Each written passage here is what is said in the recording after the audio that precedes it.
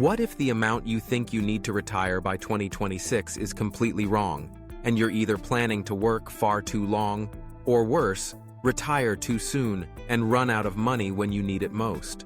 In the rapidly shifting financial landscape of 2026, retirement isn't just about how much money you have. It's about how accurately you've calculated what enough actually means in your reality. The truth is, there is no one-size-fits-all number anymore. Inflation isn't the only ghost haunting your savings. There's also the unpredictable rise in healthcare costs, shifting government policies, AI-driven job disruption, longer life expectancy, and a volatile housing market.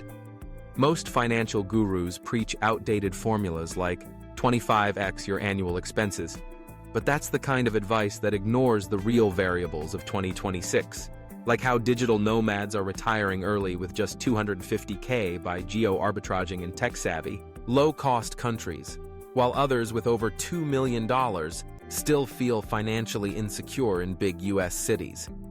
So what's the ideal amount to retire with?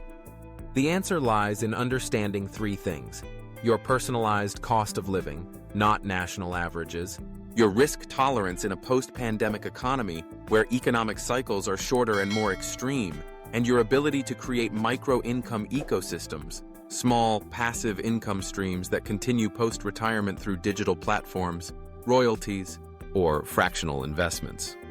For example, many forward-thinking individuals are now setting retirement goals based not on a single number, but on time-based income replacement models, ensuring they have enough passive income to cover 30 years of expenses, rather than a static lump sum.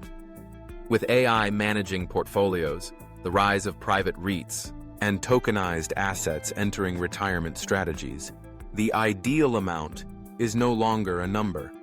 It's a system you control. Want a shock? According to emerging financial futurists, retiring on $600K with smart, diversified income systems could outperform the traditional 2L retirement plan, if executed with precision. This radical rethink is already happening quietly among small, elite financial circles, but it hasn't hit the mainstream yet. And here's the kicker. By 2026, those who rethink the concept of retirement now, who treat it as a dynamic income-producing phase rather than a static savings benchmark, will be the ones thriving. So maybe it's not about how much money you need to retire. Maybe the real question is, what kind of strategy will let you retire smarter, sooner, and safer in the age of financial uncertainty?